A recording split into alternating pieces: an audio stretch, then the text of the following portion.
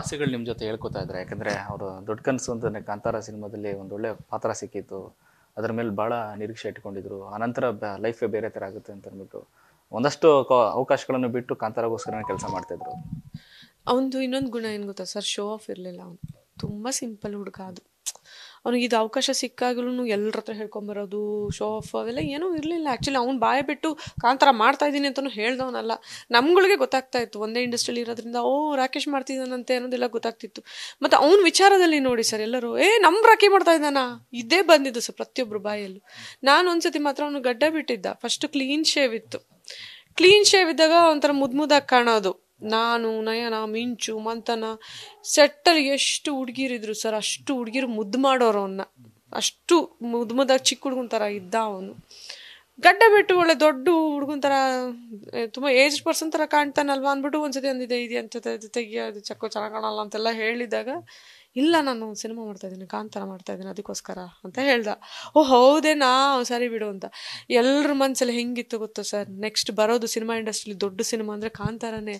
ಕಾಂತಾರದಲ್ಲಿ ನಮ್ಮ ರಾಕಿ ಇರ್ತಾನಲ್ಲ, ಆಮೇಲೆ ಏನು ಕ್ಯಾರೆಕ್ಟರ್ ಮಾಡಿದ್ರು. ಯಾಕಂದ್ರೆ ಇವನು ಕುಳ್ಳಕ್ಕೆ ಮುದ್ದಾಗಿ ಗೊಂಬೆ ಥರ ಇದ್ದ ಅಲ್ಲ, ಓಡಾಡ್ಕೊಂಡು ಎಲ್ಲರೂ ನಗಿಸ್ಕೊಂಡು, ಅಂದರೆ ಆಫ್ ಸ್ಕ್ರೀನಲ್ಲಿ ಆ ಥರ ಇದ್ದಲ್ಲ, ಆನ್ ಸ್ಕ್ರೀನಲ್ಲಿ ಏನು ಕ್ಯಾರೆಕ್ಟರ್ ಕೊಟ್ಟಿರ್ಬೋದು, ಏನು ಮಾಡಿರ್ಬೋದು, ಇದೊಂದು ಕ್ಯೂರಿಯಸ್ ಇತ್ತು. ಅಂತರ ಎಲ್ರಿಗೂ ಅದೊಂದು ಒಳ್ಳೆ ಕ್ಯೂರಿಯಾಸಿಟಿ ಇತ್ತು.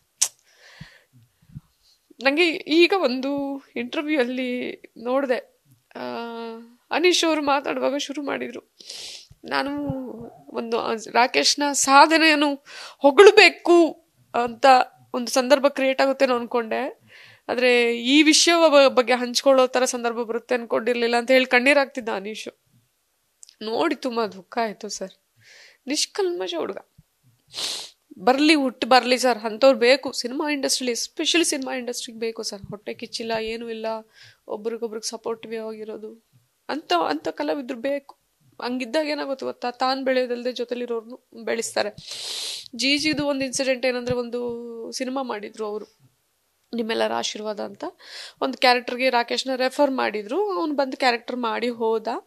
ಡೈರೆಕ್ಟ್ರಿಗೆ ತುಂಬ ಇಷ್ಟ ಆಗಿ ಆ ಪಾತ್ರನ ಮತ್ತೆ ಸ್ವಲ್ಪ ಎಕ್ಸ್ಟೆಂಡ್ ಮಾಡಿದರು, ನಂಬರ್ ಆಫ್ ಡೇಟ್ ಎಕ್ಸ್ಟೆಂಡ್ ಮಾಡಿ, ಸೀನ್ ಚೂರು ಇಂಪ್ರೂವೈಸ್ ಮಾಡಿ ಮತ್ತೆ ಕರೆಸಿ ಮತ್ತೆ ಒಂದು ಸೀನ್ ಬಿಲ್ಡಪ್ ಮಾಡಿ ಕೊಟ್ಟರು.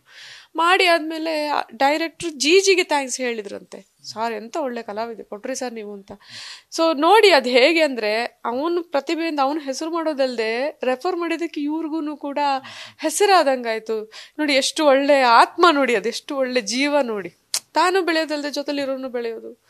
ಪಾಪ ಅಂಥ ಕಲಾವಿದ ಹೋಗ್ಬಿಟ್ನಲ್ಲ, ಚಿಕ್ಕ ವಯಸ್ಸಿಗೆ ಹೋಗ್ಬಿಟ್ಟ, ಅದೇ ಬೇಜಾರಾಗ್ತಾ ಇದೆ. ನ್ಯೂಸ್ ಫಸ್ಟ್, ನಿರ್ಭೀತಿಯಿಂದ ನಿಮ್ಮ ಪರವಾಗಿ.